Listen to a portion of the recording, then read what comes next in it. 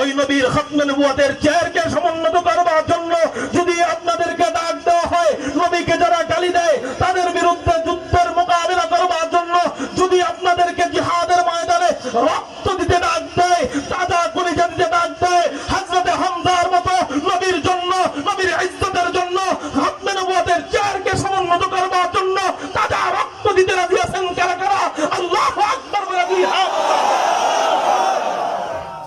রাজি আছেন ইনশাআল্লাহ? শুধু মুখে না কাজেও বুঝাই দিব? শুধু মুখেই নয়, কাজেও বুঝাই দিব, বলে ইনশাআল্লাহ। হযরতে হামজা কলিজা পর্যন্ত দিয়া দিছে নবীজির জন্য। হযরতে আম্মা জান আয়েশা তাই বলতেছেন। আচ্ছা, আলোচনা চলতেছে নবীজির সৌন্দর্য নিয়ে। কি নিয়ে বলেন? আওয়ামী লীগের প্রশংসা তো আওয়ামী লীগরা করবেই, বিএনপির প্রশংসা তো বিএনপিরা করবেই, বিএনপির নেতার প্রশংসা তো বিএনপি করবেই, আওয়ামী লীগের নেতার প্রশংসা তো আওয়ামী লীগ করবেই। জোর করতেছি না যে বসতেই হবে, কারণ পিছনে পানি দেখছি আমি। তারপরেও সাহাবায়ে কেরামদের জামানায় নবীজি যখন বয়ান করতেন, সামনে পানি হইতেছে না বৃষ্টি হইতেছে না ঝড় তুফান হইতেছে না ভূমিকম্প হইতেছে, এগুলা দেখতো? হ্যাঁ, সামনে নবীজির সামনে বসে যেত। আল্লাহর জন্য আমরা একটু আজকে কুরবানি করব, পারবো তো ইনশাআল্লাহ? এই মজলিসটা আমরা সাহাবায়ে কেরামদের মতো করে ফেলবো, পারবো তো ইনশাআল্লাহ? আমরা ইনশাআল্লাহ পিছনের যে খালি জায়গাটা আছে ওখানে আস্তে আস্তে করে আমরা বসে পড়বো। দেখা যায় আপনার বসার কারণে শরীর ঘামায় না, ঘামায়া কাজ টাজ করে বাড়িতে যাইতে যেতে কিন্তু ঘাম শুকায় যায়, আছে না নাই? আপনার বসার কারণে দেখা যায় ওই জায়গাটা আস্তে আস্তে শুকায় যাবে, কিন্তু না বসা থাকলে ওই জায়গাটা শুকাইতে দেরিও লাগতে পারে। এই জন্য এই মজলিসের আদব রক্ষার্থে আমরা বসে যাব। আল্লাহ আমাদেরকে বসার তৌফিক দান করুক বলি আমি। আপনারা কিছুক্ষণ সময় আমাকে দিবেন না ইনশাআল্লাহ? আপনারা এসেছেন খতিবুল উম্মার নাম শুনে, আমি জানি আমাদের বাংলাদেশের সবচেয়ে বড় ওয়াইজদের মধ্যে অন্যতম উনি, ঠিক না ঠিক? সবচেয়ে বড় 1, 2, 3 যারা আছেন তাদের মধ্যে একজন উনি, ঠিক না ঠিক? মুহতারাম হাজিরিন, তো তার নাম শুনলে আল্লাহ পাক যুবকদের দিলে এমন ভাবে ঢাইলা দেয়, যারা তার বিরোধিতা করে দেখছি এরাও যায় বয়ান শুনে, ঠিক না ঠিক? এই জন্য এটা আসলে কি জানেন, এটা উনার সুরের, আরে উনার চেয়ে সুর ভালো পৃথিবীতে লোক নাই। এটা উনার সুরের বরকতে নয়, এটা উনার এলেমের বরকতে নয়, এটা উনার শুধু আমলের বরকতে নয়, এটা উনার মুরব্বিদের মা বাবার দোয়ার বরকত।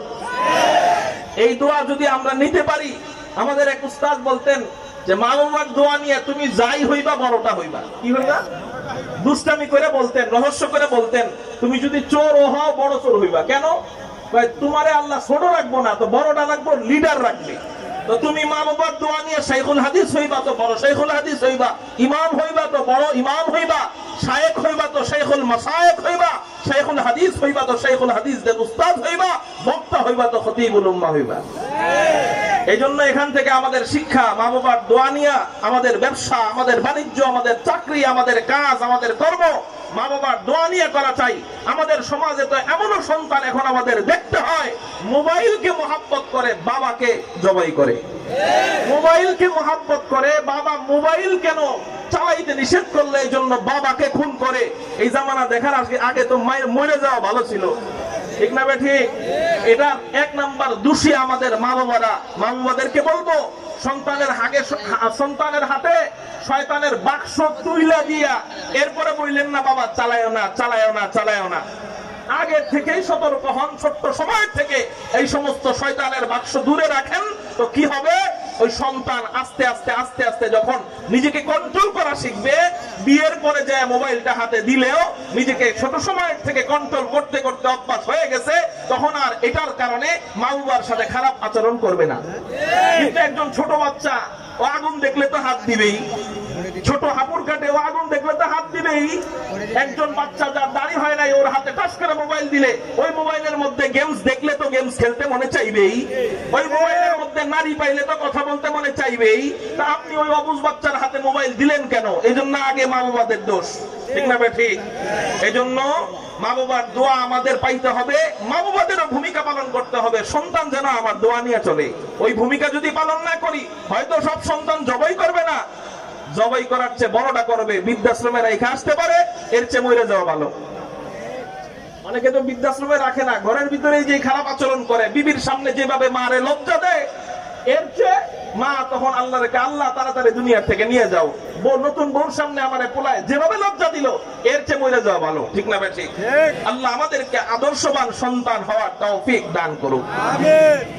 মুহতারাম হাজিরিন, আমি আপনাদের সামনে একটি আয়াত তেলাওয়াত করেছি। আল্লাহ বলেন, আউযু বিল্লাহি মিনাশ শাইতানির রাজীম, বিসমিল্লাহির রহমানির রহিম, কুল ইন কুনতুম তুহিব্বুনাল্লাহা ফাত্তাবিউনি ইউহিব্বুকুমুল্লাহু ওয়া ইয়াগফির লাকুম যুনুবাকুম ওয়াল্লাহু গফুরুর রহিম।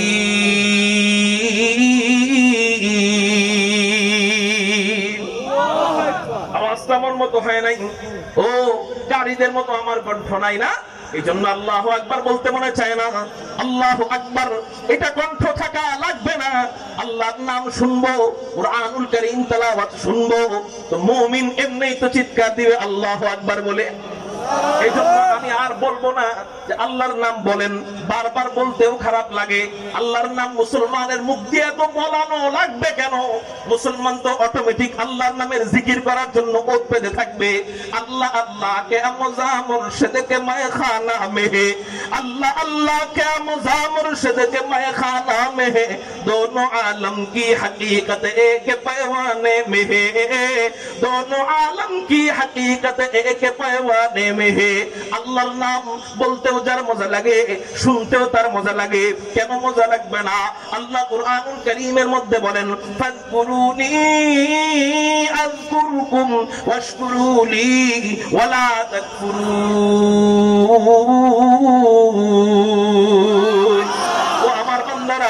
ও আমার বান্দারা, তোরা আমার নামের জিকির কর, আমি আল্লাহ তোদের নামের জিকির করব। তোরা যদি অপরাধ করস মার সাথে, তোরা যদি অপরাধ করস বাবার সাথে, তোরা যদি অপরাধ করস বিবির সাথে, তোরা যদি অপরাধ করস সন্তানদের সাথে, তাহলে কি হয়? বারবার বিবির কাছে যায় মাফ চাইতে হয়, বিবি আমাকে মাফ করে দাও, আর এরকম হবে না, বিবি আমাকে মাফ করে দাও, আর এরকম করব না। একবার শুনে না, দুইবার শুনে না, অনেক সময় 10 বার বলতে হয়, অনেক সময় 20 বার বলতে হয়, অনেক সময় 100 বার বলতে হয়। অপরাধের মাত্রা বড় হইলে অনেক সময় বিবি আর কথা শুনে না, ডিভোর্স লেটারটা দিয়ে স্বামীকে ফালায় রেখে চলে যায়। তুই অপরাধ করছিস বান্দা, তোর বিবি তোরে দাম দিল না, বিবিকে তুই এতবার ডাকলি, বিবি তোরে দাম দিল না। তুই তোর মারে এতবার ডাকলি, তোর মা তোরে এতবার ডাকার পরেও তোর সন্তান বলে পরিচয় দিল না। এলাকাবাসীর সামনে তুই অপরাধ করছিস, তোরে জুতা পিটা দিয়ে এলাকা থেকে বের করে দিছে। তুই এলাকাবাসীর কাছে আইসা মাপ চাইছিস যে আমি আর এই অপরাধ করব না, কিন্তু এলাকাবাসী তোরে মাফ করে নাই। তুই তোর বাবার কাছে অপরাধ করছিস, বাবাকে বাবা বাবা বইলা অপরাধের পরে মাফ চাইছিস, বাবা বাবা বইলা ডাকছিস, তোর বাবা তোর ডাকে সাড়া দেয় নাই। হা হা হা, আমি আল্লাহ রহমান, আমি আল্লাহ রহিম। আমার কাছে বান্দা তুই যতই অপরাধ করস, তোর বাপ এক অপরাধের কারণে তেজ্যপুত্র করে দিছে, তোর বিবি এক অপরাধের কারণে ডিভোর্স লেটার দিয়ে দিছে, তোর মা এক অপরাধের কারণে তেজ্যপুত্র করে দিছে, কিন্তু আমি আল্লাহর কাছে, আমি আল্লাহর সামনে তুই সেকেন্ডে সেকেন্ডে সেকেন্ডে সেকেন্ডে গুনাহ করস না কেন, আমি আল্লাহকে যখন একবার আল্লাহ, আমি আল্লাহকে যখন একবার আল্লাহ বলে ডাক দিবি, আমি আল্লাহ সব জায়গায় সবর করতে পারি, এই জায়গায় সবর করাটা আমি আল্লাহ নিজের জন্য সহ্য করতে পারি না। তুই আমাকে একবার আল্লাহ বলে ডাক দিবি, তোর মা তোরে ফালায় দিতে পারে, তোর বাবা তোরে ফালায় দিতে পারে, তোর সন্তান তোরে ফালায় দিতে পারে, তোর বিবি তোরে ফালায় দিতে পারে, তোর জন্য জীবন দিতে রাজি যেই বিবি, সেই বিবিও এক সময় তোরে ভুলে যাইতে পারে, কিন্তু আমি আল্লাহকে একবার দিল থেকে আল্লাহ বলে ডাক দিবি, আমি আল্লাহ কোরআনে তোরে কথা দিলাম, ডাক দিতে দেরি হবে, তুই যেমনে আমার জিকির করবি, আমি আল্লাহ অমনে তোর জিকির করা আরম্ভ করে দিব। আল্লাহ আল্লাহ কে আমজা মুর্শিদ কে মায়খানা মে, আল্লাহ আল্লাহ কে আমজা मुर्शिद के मैखाना में है, दोनों आलम की हकीकत एक पैमाने में है। নবীজি হাদিসের মধ্যে বলেন, আল্লাহর জিকির বান্দা তুমি একা একা করবা, আল্লাহ তোমার নামের জিকির একা একা করবে। সুবহানাল্লাহ।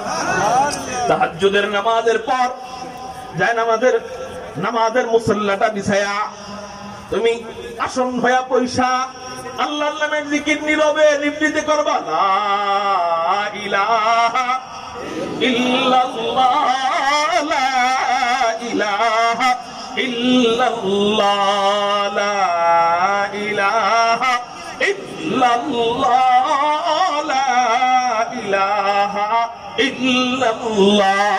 নবীজি বলেন আল্লাহর নামের জিকির একা একা করবা, আল্লাহ পাক রব্বুল আলামিন তোমার নামের জিকির একা একা করবে। সুবহানাল্লাহ। আবার আস্তে কয় সুবহানাল্লাহ, আরো জোরে সুবহানাল্লাহ। আল্লাহর নামের জিকির একা একা করবা বান্দা, আল্লাহ তোমার নামের জিকির একা একা করবে। কিন্তু আমার বান্দারা তোরা ভরা মজলিস যখন বসে থাকিস, এই জন্য আমি আল্লাহ কি অফার দিয়ে দিলাম, ভরা মজলিসে যখন বসে থাকিস তখন যখন আমার নামের জিকির করবি, আমি আল্লাহ আরশে আজিমের সামনে যত কোটি ফেরেশতা থাকবে সব ফেরেশতাদেরকে ডাক দিয়া বিশাল বড় মজলিস কায়েম করে আমি আল্লাহ তোদের নামের জিকির করা আরম্ভ করব। তোরা আমার নামের জিকির করবি, আমি আল্লাহ একা তোদের নামের জিকির শুনবো, কিন্তু আমি তোর নামের জিকির করব। আসমানের সব ফেরেশতারা তোর নামের জিকির আমার কুদরতি জবান দিয়ে শুনবে। এই জন্য মুমিন মুসলমান বান্দা আল্লাহর নামের জিকির বলায় বলায় করার লাগবে কেন? সে বুঝবে, সে জানবে যে আমি এখন এই মাত্র আল্লাহর নাম বলবো, আল্লাহ আমার নাম রিটার্ন দিবে। সুবহানাল্লাহ। হযরত কারি ইব্রাহিম উজানি রাহমাতুল্লাহি আলাইহি বলতেন এভাবে যে আল্লাহর নাম যদি তুমি এভাবে বলো, সুবহানাল্লাহ সুবহানাল্লাহ সুবহানাল্লাহ সুবহানাল্লাহ, অর্থ কি বলেন? অর্থ কি বলেন? আল্লাহ পবিত্র, আল্লাহ পবিত্র। হযরত রাহমাতুল্লাহি আলাইহি বলতেন, মুবারক গরিব হযরত রাহমাতুল্লাহি আলাইহি বলতেন, আল্লাহ পাক আল্লাহ পাক আল্লাহ পাক আল্লাহ পাক আল্লাহ পাক সুবহানাল্লাহ আল্লাহ পাক আল্লাহ পাক। বান্দা আল্লাহ তখন কি জিকির করে জানেননি? আল্লাহ জিকির করে বান্দা পাক বান্দা পাক বান্দা তুইও পাক বান্দা তুইও পাক। যা তোর দিলটা অপবিত্র ছিল, যা তোর অঙ্গ প্রত্যঙ্গ অপবিত্র ছিল, তোর রক্ত অপবিত্র, তোর গোশত অপবিত্র, তোর পেটের ভিতরে ময়লা অপবিত্র, তুই তোর বাবার অপবিত্র পানি থেকে আসছিস, তারপরেও আমি আল্লাহকে পাক পাক পবিত্র পবিত্র বলতেছিস, তাই না? আমি আল্লাহ এই পবিত্রতার সাক্ষীর কারণে আমি আল্লাহ তোরে পবিত্র বানায় দিলাম। তুই দেহের দিক থেকে অপবিত্র হওয়া সত্ত্বেও তুই আমার কাছে এবার পবিত্র হয়ে গেলি। এই পবিত্রতা দিল নিয়া আর কোন গুনাহ করা মজা লাগবে না, নারীর দিকে তাকাইতে মজা লাগবে না, গুনাহ করতে মজা লাগবে না, চগলখুরি করতে মজা লাগবে না, জিনা করতে মজা লাগবে না, চ্যাটিং করতে মজা লাগবে না। শুধু কেবল আল্লাহর জিকিরে মজা পাবে, শুধু কেবল তেলাওয়াতে মজা পাবে, শুধু কেবল আল্লাহ ওয়ালাদের দরবারে যাওয়া মজা পাবে, শুধু কেবল জিকির আজকার আল্লাহ পাকের আলোচনা শোনার মধ্যে মজা পাবে। তখন কখন এটা জিকিরের মাধ্যমে, আল্লাহকে পবিত্র বলার মাধ্যমে আল্লাহ যখন দিল পবিত্র বানায় দিবে, তখন আল্লাহ আমাকে আল্লাহ ওয়ালা বানায় দিবে। এই জন্য একটু আল্লাহর নামটা মজা নিয়ে বলি না, আল্লাহু আকবার। এটা আমি বললাম দেখা বললেন, এখন আর বলবো না, ইশারা দিব, দেখি তো আওয়াজ কম হয় না বেশি হয়। আল্লাহু আকবার। সামনে থেকে আর বলা লাগবে, শুধু কি দিব? আল্লাহ তুমি আমাদের এই ডাককে কবুল করো। আল্লাহকে ডাকার মতো ডাকতে জানি না, এই জন্য আল্লাহ আমাদের দোয়া কবুল করে না। ডাকার মতো ডাকলে কেন দোয়া কবুল করবে না? ডাকার মতো ডাকতে জানছেন মরহুম চরমনাইর হযরত রাহমাতুল্লাহি আলাইহি, তো দোয়া কবুল করে ফেলছে আল্লাহ। বাগের পিঠের মধ্যে ওনারা হাত দিলে বাঘরাও কথা বলতো না। আল্লাহু আকবার। আমাদের বুজুর্গরা আল্লাহকে ডাকার মতো ডাকছে। আর আমাদের ডাক কেমন জানেন? ফকিরের মতো। কিসের মতো? ফকিরের মতো। বুঝেন নাই? ফকির সারাদিন থালাটা সামনে নিয়ে সামনে নিয়ে আল্লাহ আল্লাহ আল্লাহ, ভাই কত টাকা দেন, আল্লাহ আল্লাহ। মিছা না, হাসা না মিছা? আচ্ছা, শুধু জিকিরের মাধ্যমে মুখ দিয়ে জিকির করলেই যদি আল্লাহ আল্লাহ হয়ে যেত, তাহলে বাংলাদেশের সবচেয়ে বড় ওলি হইতো ফকিররা। তাদের মুখে জিকির আছে আমাদের চেয়ে বেশি, কিন্তু দিলে আল্লাহর প্রতি দরদ নাই। এরা দুনিয়া কামানোর ধান্দায় জিকির করে, এজন্য সারা জীবন ফকিরনি তো ফকিরনি থাকে। ঠিক না? ঠিক। এজন্য ফকিরনি মার্কা জিকির করলে চলবে না, আল্লাহ ওয়ালা বাদশা মার্কা জিকির করতে হবে। পারবো তো ইনশাআল্লাহ? বাদশা মার্কা জিকির করবেন, এক আল্লাহ বলায় যত লাভ হবে, সারা দুনিয়ার সব ফকিররা মিলে যতবার আল্লাহ বলবে, এক পাল্লায় আপনি একবার আল্লাহ বলবেন, তার চেয়ে বেশি লাভ হবে। আল্লাহ আমাদেরকে কবুল করুন, বলি আমিন। আমি আয়াত বলতেছিলাম, আল্লাহ পাক রব্বুল আলামিন গোটা মানব জাতিকে উদ্দেশ্য করে, নবীজিকে উদ্দেশ্য করে, নবীজিকে মুখাতাব বানায়া আল্লাহ কোরআনুল কারীমের আয়াত তেলাওয়াত করতেছেন। আপনাদের কি কষ্ট হইতেছে নি?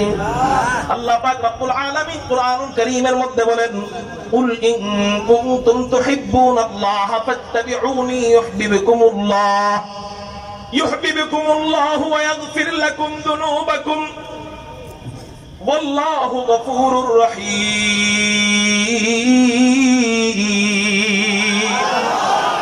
আল্লাহ পাক রব্বুল আলামিন বলেন, হে রাসূল, আপনি আপনার উম্মতদেরকে বলুন, ইন কুনতুম তুহিব্বুনাল্লাহ, যদি তোমরা আসলেই আল্লাহকে মহব্বত করে থাকো, তোমরা যদি সত্যিকার অর্থে আল্লাহকে ভালোবেসে থাকো, ইন কুনতুম তুহিব্বুনাল্লাহ, আসলেই যদি তোমরা আল্লাহকে ভালোবেসে থাকো, আল্লাহকে ভালোবাসার একটা সাইনবোর্ড আছে, আল্লাহকে ভালোবাসার একটা নমুনা আছে, আল্লাহকে ভালোবাসার একটা লাইসেন্স আছে।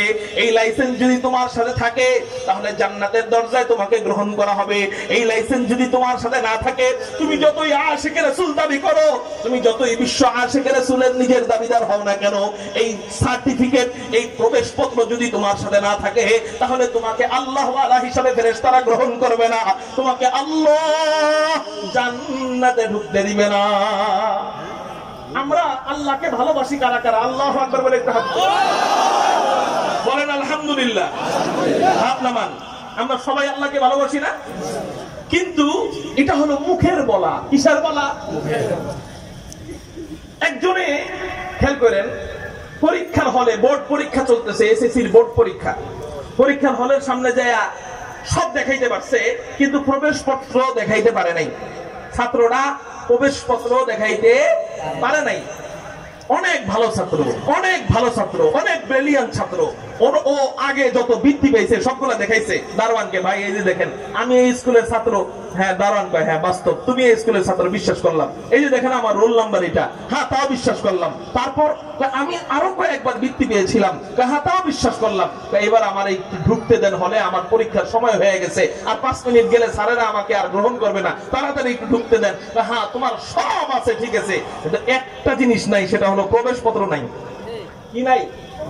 সব আছে, ইউনিফর্ম আছে, আইডি কার্ড আছে, তার রোল নাম্বার আছে, স্কুলের সিল ছাপ্পর সব আইডি কার্ডে দেওয়া, কিন্তু একটা নাই, সেটা কি?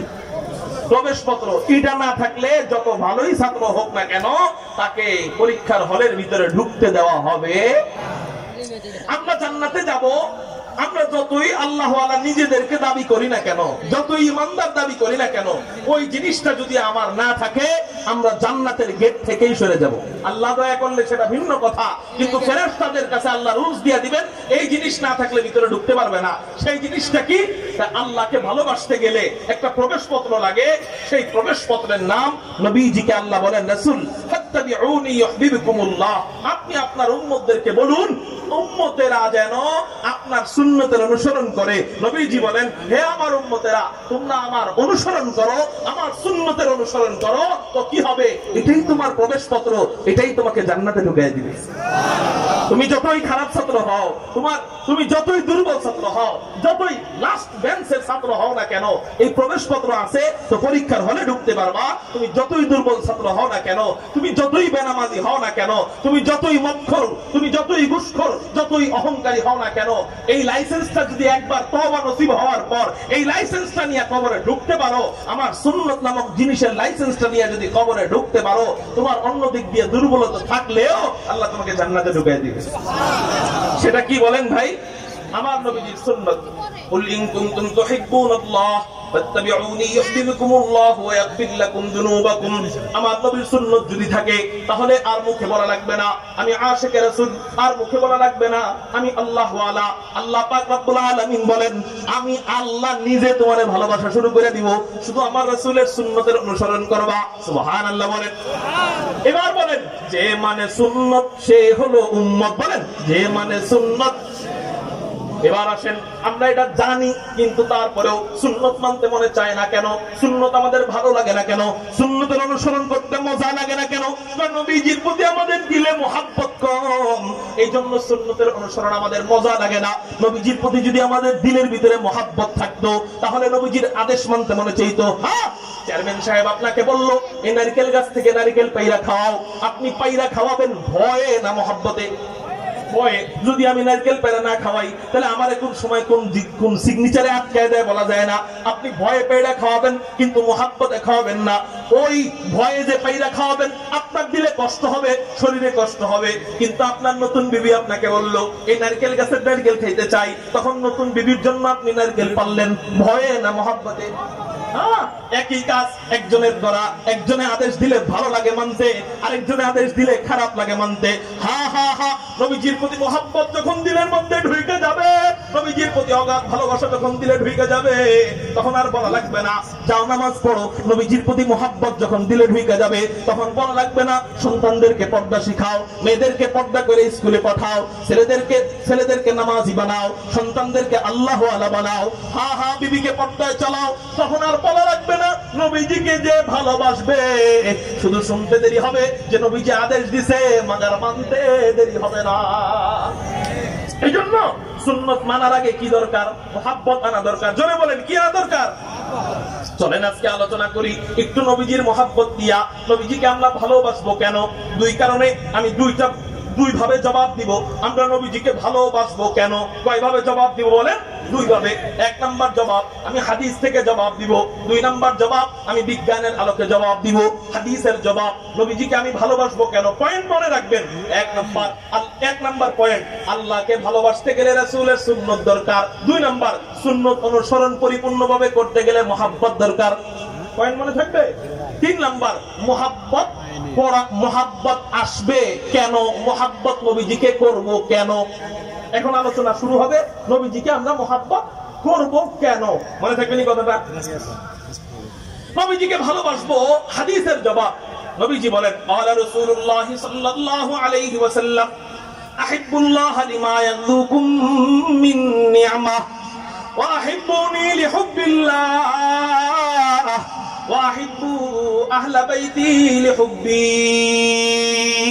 হুজুর আকরাম সাল্লাল্লাহু আলাইহি ওয়াসাল্লাম বলেন এক নাম্বার তোমরা আল্লাহকে মহব্বত করবা। চিৎকার দিয়ে বলেন না, এক নাম্বার আমরা কাকে মহব্বত করব? এক নাম্বার তোমরা আল্লাহকে মহব্বত করবা। নবীজি বলেন আহিব্বুল্লাহ লিমা ইয়াযুকুম মিন নি'মাহ। আল্লাহকে তোমরা কেন মহব্বত করবা? আল্লাহ তোমাদেরকে অনেক ধরনের নেয়ামত দান করেছেন, এই জন্য তোমরা আল্লাহকে মহব্বত করবা। আপনারা আমাকে বলেন না আল্লাহ কি আমাদেরকে নেয়ামত দেয় নাই? আল্লাহ আমাদের জন্য আসমান বানিয়েছেন। ও বান্দা, তোরা আমার সাথে নাফরমানি করতে পারিস, আমার আসমান তোর সাথে নাফরমানি করবে না, আসমান তোর খেদমত করবে। তোরা আমার সাথে নাফরমানি করতে পারিস, আমার জমিন তোর সাথে নাফরমানি করবে না, আমার জমিন তোর খেদমত করবে। ও বান্দা, তোরা আমার সাথে নাফরমানি করতে পারিস, আমার সময় এটা তোর গোলামির জন্য বানাইলাম।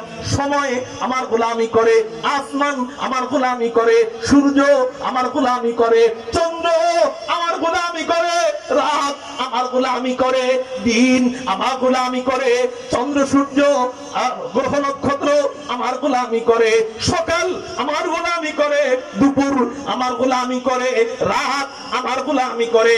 এই জন্যই তো কবি বলেন ইয়ে জমি মেরে লিয়ে হে आसमां मेरे लिए, ये ज़मीन मेरे लिए है, आसमां मेरे लिए, और है मसरूफ खिदमत कुल जहां मेरे लिए, और है मसरूफ खिदमत कुल जहां मेरे लिए, बरगबर मेरे लिए हाय, हर समर मेरे लिए, हर चमन मेरे लिए, हर गुलसिता मेरे लिए, हर चमन मेरे लिए, हर गुलसिता मेरे लिए, एक मेरे दम से है इस बज़्म आलम का गुरु वक्त खिदमत वक्त माने की समय वक्त माने की वक्त खिदमत है इस सब का नो मकाम मेरे लिए समयो আমার खिदमत करे क्यों न हो रोज़े अदल से हो चुकी तक़सीम कार क्यों न हो रोज़े अदल से हो चुकी तक़सीम कार मैं हो मालिक के लिए और मैं हो मालिक के लिए और कुल जहां मेरे लिए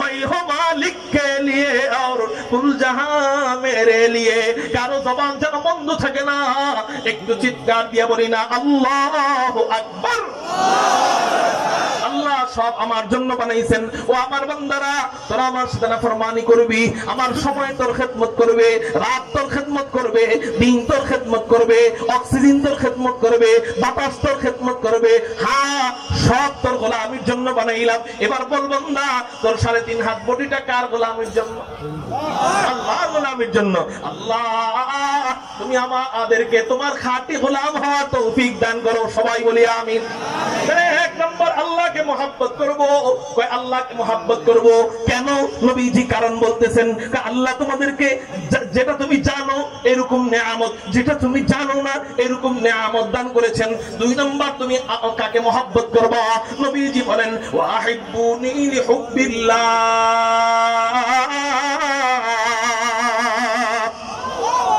দুই নম্বর তোমরা মহব্বত করবা কাকে নবীজি বলেন ওয়াহিব্বুনি লিহুব্বিল্লাহ দুই নম্বর তোমরা মহব্বত করবা আমি নবীজিকে মহব্বত করবা কেন কেন কেন আল্লাহর জন্য তোমরা আমাকে মহব্বত করবা আল্লাহর নবী মহব্বতের সিরিয়াল দিতেছেন সুবহানাল্লাহ বলেন এক নম্বরে কে আল্লাহর নাম হয় নাই আরো জোরে এক নম্বরে কে দুই নম্বরে কে মুহাম্মাদুর রাসূলুল্লাহ সাল্লাল্লাহু আলাইহি ওয়াসাল্লাম মুহাব্বতের সিরিয়াল দিচ্ছেন নবীজি কিন্তু আমরা মুহাব্বতের সিরিয়ালে পাল্টায় দিয়া আমরা মুহাব্বত কেমনে মিলাইছি মুহাব্বত নবীজির উপরে নিয়ে গেছি খাজারে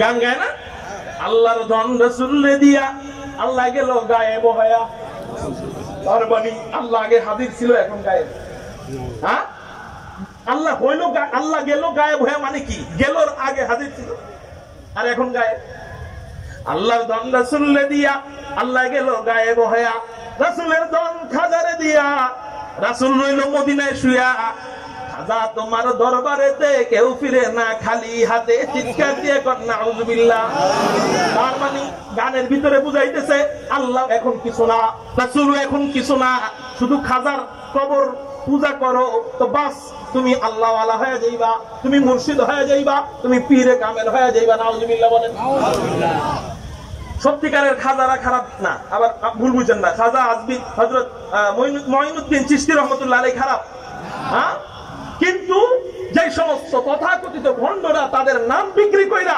ইসলামকে বিকৃত করে দেয় এরা আমাদের ঈমানকে চুরি করে নিতে চায় তাদের নাম দিয়া আমরা সত্যিকারের খাজাদের নাম দিয়া আল্লাহ ওয়ালাদের নাম নিয়া ইসলামকে বিকৃতি করতে চাই না আমরা আল্লাহ ওয়ালাদেরকে ইসলামের সৌন্দর্যের জন্য উঁচু করতে চাই কি করতে চাই বলেন উঁচু করতে চাই আমরা আল্লাহ ওয়ালাদের নাম নিয়ে ব্যবসা করতে চাই না বলেন ইনশাআল্লাহ আল্লাহ ওয়ালাদের নাম নিয়ে যারা ব্যবসা করে আমরা তাদের কাছেও যাইতে চাই না বলেন ইনশাআল্লাহ আল্লাহ ওয়ালাদের নাম নিয়ে যারা ব্যবসা করে কুফর করে শিরক করে বিদআত করে আজকে থেকে আর জীবনে তাদের কাছে যাব না রাজি আছেন কারা কারা আল্লাহু আকবার বলে রাজি আছেন ইনশাআল্লাহ আল্লাহ তুমি কবুল করো বলি আমি আল্লাহ ওয়ালার নাম নিব ইসলামের সৌন্দর্য উঁচু করার জন্য আল্লাহ ওয়ালার নাম খ্রিস্টানদের সাথে ধর্মকে মিলানোর জন্য নয় খ্রিস্টানরা যেমন পাথর পূজা করে আমিও যদি যাই মাজারকে পূজা করলাম তাদের ধর্মের মধ্যে আর আমার ধর্মের মধ্যে আর বেশ কম রইল কই ঠিক না ঠিক আল্লাহ বুঝার তৌফিক দান করুক বলি আমিন আমিন নবীজি সিরিয়াল দিতেছেন সিরিয়াল এক নম্বর আল্লাহ দুই নম্বর মুহাম্মাদুর রাসূলুল্লাহ বলেন না সাল্লাল্লাহু আলাইহি ওয়াসাল্লাম নবীজি বলেন আমাকে মহব্বত করবা আল্লাহর জন্য তাহলে এবার বুঝা গেল নবীজিকে ভালোবাসবো কার জন্য এটা হলো হাদিসের জবাব এবার আসেন বিজ্ঞানের জবাব দেই খুব খেয়াল করবেন বিজ্ঞানের জবাব জানার দরকার আছে না নাই বর্তমানে আধুনিক জামানা চলতেছে, অনেকে হাদিস মানতে চায় না, অনেকে কোরআন মানতে চায় না। তার জন্য বৈজ্ঞানিক জবাব দরকার। নবীজিকে আমরা ভালোবাসবো কেন? বৈজ্ঞানিকরা কি বলে? যে সমস্ত মানুষ মানুষের দিল নিয়ে গবেষণা করে, যে সমস্ত বৈজ্ঞানিকরা মানুষের মন নিয়ে গবেষণা করে, এই সমস্ত বৈজ্ঞানিকরা বলেন একজন মানুষ আর একজন মানুষকে 4 কারণে মহব্বত করে। চিৎকার দিয়ে বলেন, মহব্বত করার কারণ কয়টা? এতদিন শুনছেন নামাজ ভাঙার কারণ কয়টা? এতদিন শুনছেন রোজা ভাঙার কারণ কয়টা? এতদিন শুনছেন ঈমান ভাঙার কারণ কয়টা? এতদিন শুনছেন ওযু ভাঙার কারণ কয়টা? আজকে জানলেন মহব্বত করার কারণ কয়টা? কি কি? 1 নাম্বার জামাল, সৌন্দর্য।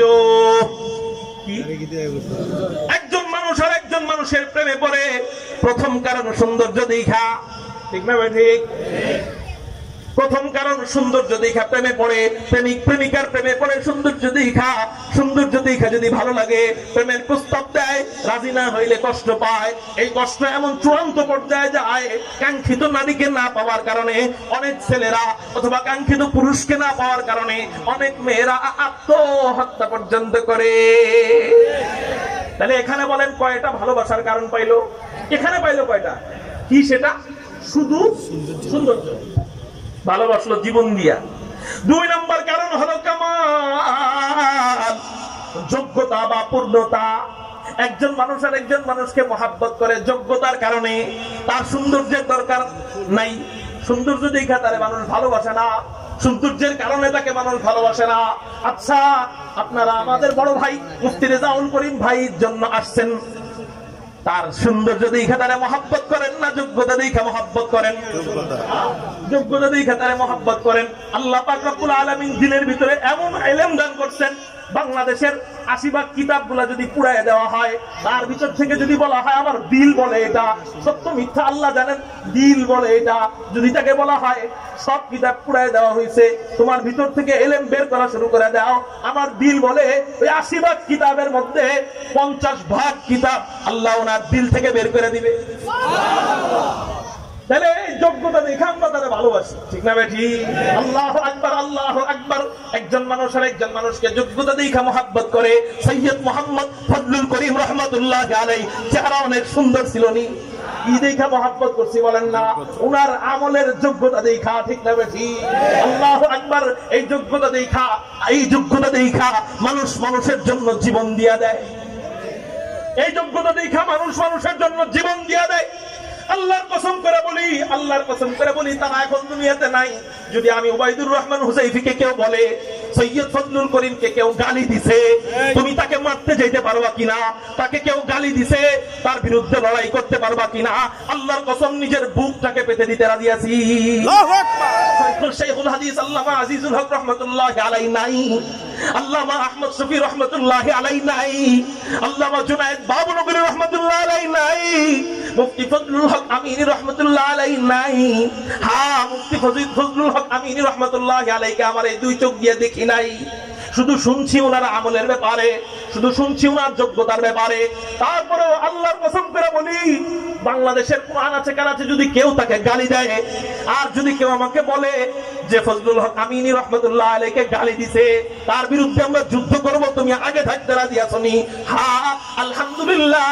আমি কসম কাইটা বললেও ভুল হবে না, আমার বুকটা ওই আলেম, ওই আল্লামা, ওই বড় আলেম, ওই বুজুর্গের জন্য জীবন উৎসর্গ করতে আমি রাজি আছি। এটা শুধু আমি না, আমার বিশ্বাস এখানের অনেকেই। কেন মহব্বত করে? তা আর কিছু না, আর কিছু না। আল্লাহ পাক রব্বুল আলামিন তাদের ভিতরে চেহারার যোগ্যতা, চেহারার সৌন্দর্যের কারণে নয়, তাদের ভিতরে আল্লাহ ইলমের যোগ্যতা দিয়ে দিয়েছেন, আমলের যোগ্যতা দিয়ে দিয়েছেন। এই পাওয়ারের কারণে মানুষ তাদেরকে না দেখাও ভালোবাসে, এমন ভালোবাসে জীবন দিয়ে দিতে রাজি হয়ে যায়। আল্লামা আহমদ শফি রহমাতুল্লাহ আলাইহির জন্য হাটহাজারীর অনেক ছাত্ররা গুলি খাইছে, খাইছে না? কেন? এই ভালোবাসা কি কারণে আসছে? সৌন্দর্য দেখা না, যোগ্যতা দেখা। তাহলে একজন মানুষ আর একজন মানুষকে, সাধারণ মানুষকে যোগ্যতা দেখা যদি মহব্বত করতে পারে। 3 নম্বর কারণ একজন মানুষ আর একজন মানুষকে মহব্বত করার 3 নম্বর কারণ হলো ইহসান। ব্যক্তিটা দয়ালু, ব্যক্তিটা দয়াবান। কেউ মারা গেলে তার কবর খুঁজতে চলে যায়, কেউ অসুস্থ হয়ে গেলে তার বাড়িতে তাকে দেখতে যায়। এই দয়া থাকার কারণে সব এলাকার মানুষরা তারে মহব্বত করে। ওই মানুষটা মারা গেলে এলাকার ছোট বড় সবাই কান্না আরম্ভ করে দেয়। কেন কাঁদো? তোমার তো আত্মীয় লাগে না, তারপরেও কাঁদো কেন? আত্মীয় লাগে কিনা জানি না, কিন্তু আমার আপন বাপ, আমার আপন চাচা মারা গেলে যেমন খারাপ লাগে, ওই ব্যক্তিটা মারা যাওয়ার কারণে ওই রকম খারাপ লাগতেছে। এত ভালো তাকে মানুষ বাসে কেন? একমাত্র কারণ ওই ব্যক্তিটার ভিতরে সৌন্দর্য ছিল না, ওই ব্যক্তিটার ভিতরে যোগ্যতাও ছিল না। 3 নম্বর কারণ ছিল দয়া। এই দয়া বেশির কারণে মানুষ তাকে মহব্বত করে। ঠিক না বেটি? 4 নম্বর কারণ হলো মানুষ মানুষকে ভালোবাসার 4 নম্বর কারণ হলো করবাত। জোরে বলেন কি বাত? করবাত, আত্মীয়তা। একজন মানুষ আরেকজন মানুষকে আত্মীয়তার কারণে জীবনের চেয়ে বেশি মহব্বত করে। আচ্ছা, বিবিরে আগে আপনারা চিনতেননি? বলেন, বিবিরে আপনারা আগে চিনতেননি, বিয়ের পরে এখন জীবন দিয়ে মহব্বত করেন। বিবিরে আপনি কন তুই মরে গেলে আমি কেমনে থাকবো, বিবি আপনারে কয় তুমি মরে গেলে আমি কেমনে থাকবো। বলতে দেরি চোখ দিয়ে অটোমেটিক পানি পড়ে। ঠিক না ভাই? বিবির সামনে আপনার মরার সংবাদ বলে দেখেন, দেখবেন চোখ দিয়ে অটোমেটিক পানি পড়ে। মুহতারাম হাজিরিন, এই যে ভালোবাসা, এটা কি সৌন্দর্য কয়দিন থাকে মিয়া? 2টা পোলাপান হইলে বিবির সৌন্দর্য শেষ। আর আপনার 2টা হওয়া লাগে না, বিয়ের পরেই চুল আসলানো বন্ধ, ফকিন্নির মতো লাগে। ঠিক না ভাই? চিন্তা করেন আর কি সাজমো। কেতুলির থেকে গেলে সাতপুরার গন্ধ এলেও অসুবিধা নাই, আমার বিয়ে তো হয়ে গেছে। ঠিক না বেটি? আল্লাহু আকবার। ওই সময় আর সৌন্দর্য দেখা বিবি আপনাকে ভালোবাসে না, আপনিও কয়দিন পরে বিবিকে সৌন্দর্য দেখা ভালোবাসেন না। দাঁত পড়ে যাওয়ার পরেও ওই বুড়াকালেও বিবিকে আপনি মহব্বত করেন। তাই কেন? এটা আত্মার বন্ধন, আত্মীয়তার বন্ধনের কারণে আপনি তার জন্য জীবন দিয়ে দিতে রাজি হয়ে যান। আচ্ছা, একজন মানুষ আর একজন মানুষকে 4 কারণের মাত্র একটা কারণ যদি পায়, মানুষ যদি তার জন্য জীবন দিয়ে মহব্বত করে, আল্লাহ পাক রব্বুল আলামিন যে ব্যক্তির ভিতরে 4টা গুণ, একটা নয়, 2টা নয়, 3টা নয়, 4টা গুণ দিয়ে দিয়েছেন। শুধু 4 গুণ দেন, শুধু 4 গুণ দিয়েই ক্ষান্ত হয় হন নাই। দুনিয়ার সবার 4 গুণ এক পাল্লায়, আর ওই ব্যক্তির 4 গুণ আরেক পাল্লায়। ওই রকম একজন ব্যক্তিকে আপনি জীবন দিয়ে মহব্বত করলে কি ক্ষতি হবে না লাভ হবে? তো হযরত ওই ব্যক্তিটাকে আল্লাহ পাক রব্বুল আলামিন যার ভিতরে 4টা গুণ দিয়ে দিয়েছিলেন, ওই ব্যক্তিটাকে আমি বলবো তিনি হলেন হাদিয়ে কুল, তিনি ফখরে রাসূল, তিনি ইমামুল আম্বিয়া, তিনি সাইয়্যিদুল আম্বিয়া, তিনি সাইয়্যিদুল খালায়েক, তিনি আহমদ মুজতাবা, তিনি মুহাম্মদুর রাসূলুল্লাহ সাল্লাল্লাহু আলাইহি ওয়াসাল্লাম। আমাদের নবীজির ভিতর আল্লাহ পাক রব্বুল আলামিন 4টা গুণ পরিপূর্ণ ভাবে দান করেছিলেন। একটু চিৎকার দিয়ে বলেন না সুবহানাল্লাহ। এই 4 গুণ বলবো না, শেষ করে দিব? হ্যাঁ, বলবো নি? তাহলে খুব মনোযোগ। আপনারা আসছেন কোরআন হাদিসের আলোচনা শুনতে, অতএব যেই বলুক না কেন, আমি বলি অথবা ছোট কেউ বলুক অথবা আমাদের খতিবুল উম্মাহ সাহেব বলুক, যেই বলুক না কেন, কোরআন হাদিসের আলোচনা তো আমি যদি দিলটাকে আল্লাহর জন্য ফিট কইরা আমি শুনতে থাকি, আল্লাহ পাক আমার দিলের ভিতরে তীরের মতো হেদায়েতের নূরগুলা বিদ্ধ করে দিবেন। এজন্য নবীজির আলোচনা যে যত মনোযোগ দিয়ে শুনবে, আল্লাহ তাকে তত আশিকের রাসূল বানাবে। আর নবীজির আলোচনা যে যত অমনোযোগী হয়ে শুনবে, নবীজির সুপারিশ থেকে তাকে তত দূরে আল্লাহ রাখবে। এজন্য নবীজির আলোচনা কেন করি? আল্লাহ বলেন রাসূল আপনার আলোচনাকে আমি সমুন্নত বানাইলাম। এই আয়াত থেকে বোঝা যায় নবীজির আলোচনা যে করবে আল্লাহ তাকেও দামি বানাবে, যে মুহাব্বত নিয়ে শুনবে আল্লাহ তাকেও দামি বানাবে। যে মজলিস কমিটি আয়োজন করবে নবীজির আলোচনার, ওই কমিটিকেও আল্লাহ নবীজির বরকতে দামি বানায় দিবে। মুহতারাম হাজিরিন, এই 4 গুণ আল্লাহ নবীজির ভিতরে দান করেছিলেন। 1 নম্বর গুণ হলো জামাল, সৌন্দর্য। আমার নবী কেমন সুন্দর ছিলেন চলেন আপনাদেরকে একটু শুনিয়ে দিই। তিরমিজি শরীফের হাদিস, হযরতে জাবের বর্ণনা করেন, আন জাবির ইবনে সামুরা রাদিয়াল্লাহু তাআলা আনহু قال রাআইতু রাসূলুল্লাহি সাল্লাল্লাহু আলাইহি ওয়াসাল্লাম ফি লাইলাতিন ইযহিয়ান ওয়া আলাইহি হুল্লাতুন হামরা।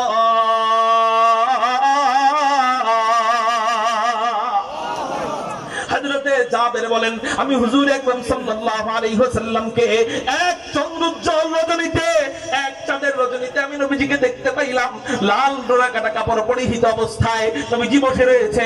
হযরতে জাবের বলেন আমার দিলের ভিতরে সব সময় জাগ্রত হইতো, আসলে আসমানের পূর্ণিমার চাঁদ বেশি সুন্দর না হুজুর আকরাম সাল্লাল্লাহু আলাইহি ওয়াসাল্লাম বেশি সুন্দর? হযরতে জাবের বলেন আজকে আলহামদুলিল্লাহ কাকতালীয় ভাবে আসমানের পূর্ণিমার চাঁদও পেয়ে গেছি, জমিনের পূর্ণিমার চাঁদ মুহাম্মদুর রাসূলুল্লাহকেও পেয়ে গেছি, দুজনকে একসাথে পেয়ে গেছি। আমি একটু মিলে দেখবো আসমানের পূর্ণিমার চাঁদ বেশি সুন্দর না জমিনের পূর্ণিমার চাঁদ মুহাম্মদুর রাসূলুল্লাহ সাল্লাল্লাহু আলাইহি ওয়াসাল্লাম বেশি সুন্দর? হযরতে জাবের এই নিয়ত করে বলেন ফাজআলতু আনজুরু ইলাইহি ওয়া ইলাল কমার, আমি একবার আসমানের চাঁদের দিকে তাকাইলাম, আর একবার নবীজির দিকে তাকাইলাম, একবার আসমানের চাঁদের দিকে তাকাইলাম, একবার নবীজির দিকে তাকাইলাম। বারংবার এমন করার পর আমার দিল সাক্ষী দিতে বাধ্য হলো ফালাহু ইনদি আহসানু মিনাল কমার, আসমানের পূর্ণিমার চাঁদের চেয়েও হুজুর আকরাম সাল্লাল্লাহু আলাইহি ওয়াসাল্লামের চেহারা মুবারক কোটি কোটি কোটি কোটি গুণ সুন্দর। একটু চিৎকার দিয়ে বলি না সুবহানাল্লাহ। এই জন্যই তো নবীজির বিবি হযরতে আম্মা জান আয়েশা রাদিয়াল্লাহু তাআলা আনহাকে, ভলান্টিয়ার ভাইরা একটু খেয়াল করেন তো, ওই যে পোলাপান বাতি উড়াইতেছে, আমার মনোযোগ সমস্যা হইতেছে, আপনারা আমার দিক তাকান, এই মাঠে কেউ যেন আর বাতি না উড়ায়, আপনারা আমার দিকে তাকান, সবাই বলেন লা হাওলা ওয়ালা কুওয়াতা ইল্লা বিল্লাহ। মনোযোগ আছে না গেছে? আছে, খুব মনোযোগ। আল্লাহু আকবার। এই জন্যই হযরতে আম্মা জান আয়েশা রাদিয়াল্লাহু তাআলা আনহাকে রমণীরা জিজ্ঞাসা করে, ওগো আম্মা জান আয়েশা বলো তো দেখি হযরতে ইউসুফ বেশি সুন্দর না তোমার স্বামী মুহাম্মদ বেশি সুন্দর? প্রশ্নটা বুঝছেন?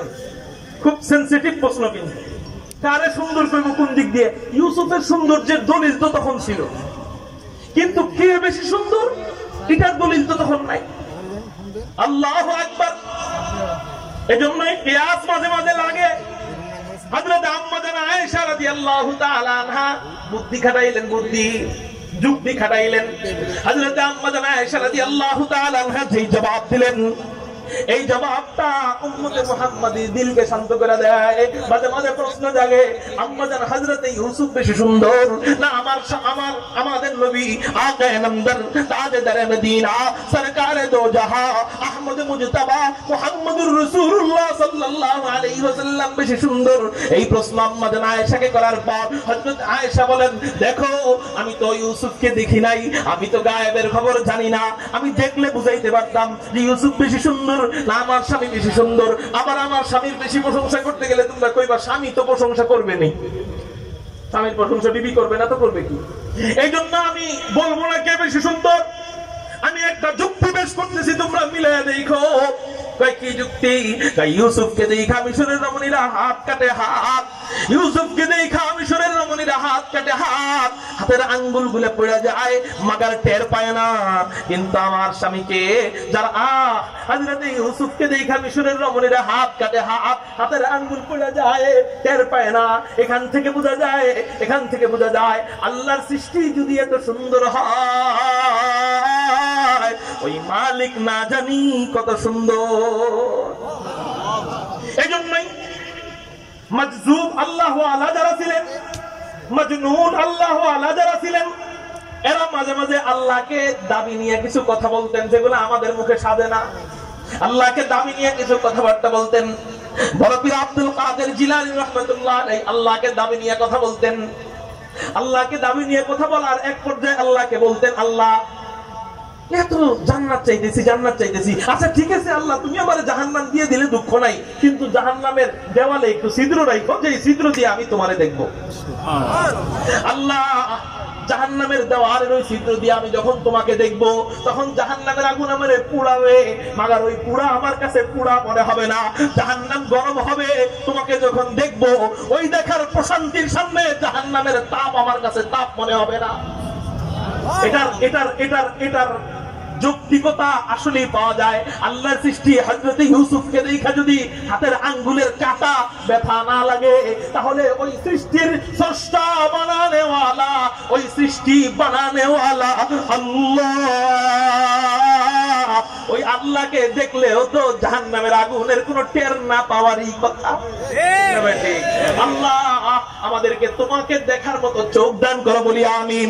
জান্নাতীরা যখন জান্নাতে যাবে, আল্লাহকে যখন দেখবে, আল্লাহু আকবার, ওই মসজিদ নামক মাঠের মধ্যে বৈশা বৈশা নবীরা যখন তেলাওয়াত করবে, হযরতে দাউদ সূরা তাহা তেলাওয়াত করবেন, হযরতে আকায়ে নামদার হাদিয়ে কুল ফখরে রাসূল সূরা ইয়াসিন তেলাওয়াত করবেন, ইয়াসিন ওয়াল কুরআনিল হাকীম ইন্নাকা লামিনাল মুরসালিন। এরপরে আল্লাহ ডাইরেক্ট নিজে তেলাওয়াত করবেন সূরা রহমান, আর রহমান আল্লামাল কুরআন খালাকাল ইনসান। বান্দারা দেখবে আর শুনবে, দেখবে আর শুনবে, দেখবে আর শুনবে। আল্লাহকে দেখার পর বান্দাদের অবস্থা এমন হবে, কত হাজার লক্ষ কোটি যুগ যে চলে যাবে, বান্দারা কোনো টেরই পাবে না। মুহতারাম হাজিরিন, আল্লাহু আকবার। আলোচনা যদি এখন জান্নাতের দিকে শুরু করি, সারা রাত জান্নাতের দিকে যাবে। এই জন্য আর জান্নাতের দিকে আলোচনা করব না।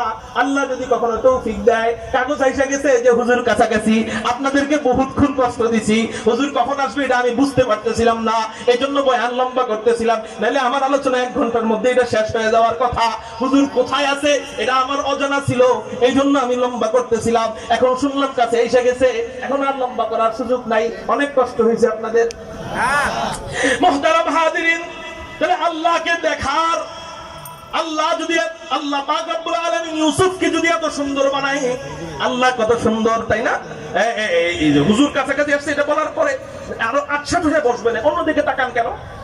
পুরা মজলিসের সৌন্দর্য নষ্ট হয়ে যায় একজন অমনোযোগীর কারণে। কয়জন? এই জন্য হুজুরে যখন বসবে তখন নুরানি চেহারা দেখবো, এর আগে আর অন্যদিকে চোখ ফিরাবো না, বলি ইনশাআল্লাহ।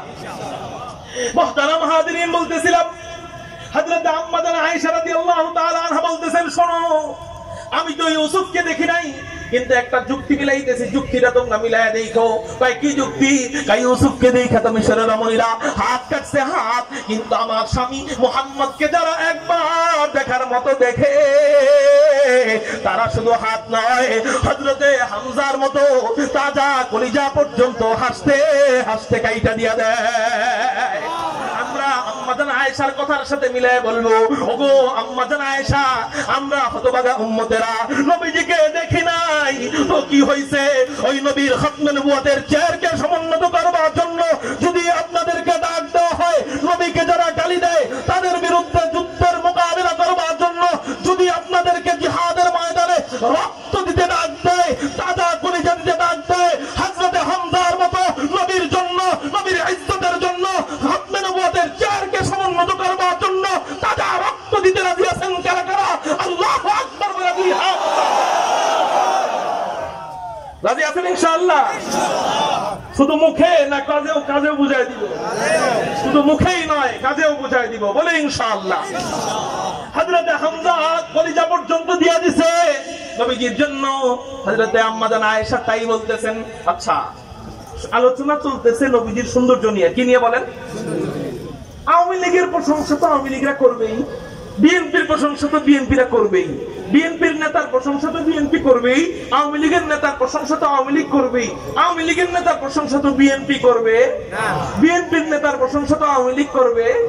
তো আমার নবীজির প্রশংসা আপনারা বলতে পারেন, বা নাস্তিক মুরতাদরা বলতে পারে যে আমার আপনাদের নবীর প্রশংসা তো সাহাবায়ে কেরামরা বা নবীজির স্ত্রীরা করবেই, তাদের নেতার প্রশংসা তারা করছে, এটা ক্রেডিটের কি হইল? আমি বলবো না, মাইন্ড ইউর চেঞ্জ। আমার নবীকে অন্য নেতার সাথে মিলাইলে চলবে না।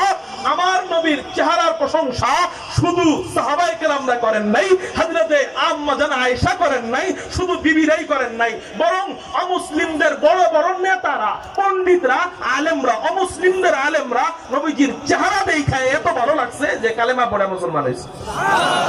পৃথিবীতে এমন কোন নেতা দেখাইতে পারবেন যে চেহারা দেখে তার ধর্ম ত্যাগ করে?